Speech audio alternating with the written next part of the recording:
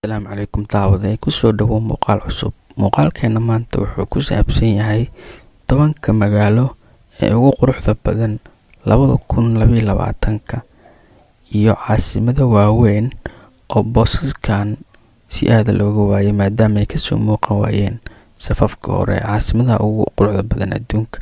Haddaba waa kuwan iyaga oo dhameystiran iyo kaalmaha ay ku jiraan caasimadahaasi ama magaalooyinkaas. Waxaa kaalinta koowaad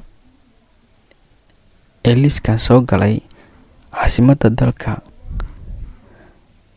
United Kingdom ee London.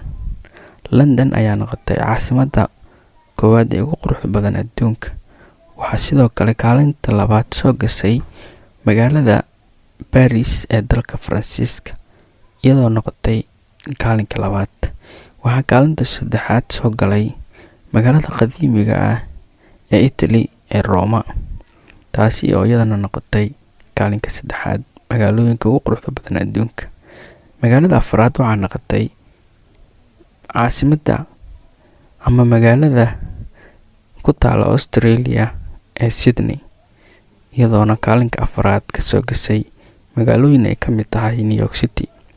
Kaalinka shanaadna waxaa soo gashay magaalo la yiraahdo Venice taasi oo ku taala dalka Italy. Waxaa kaalinka lixaad soo galay caasimada Mareykanka New York City. Sidoo kale waxaa kaalinka toddobaad soo gashay magaalada Vancouver taasi oo ku taala dalka Canada. Waxaa kaalinka sideedaad galay magaalo xeebeedka Koonfur Afrika ee Cape Town.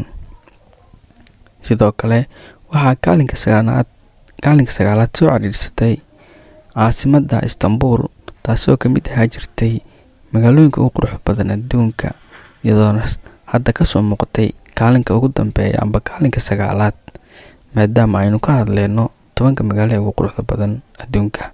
Kaalinka ugu dambeeya ee 10aadna waxaa soo gashay caasimad lagu magacaabo Quebec City taasi oo ku taala dalka Canada. Intaasina waxay ahaayeen 10 magaalo ee ugu quruxda badan adduunka.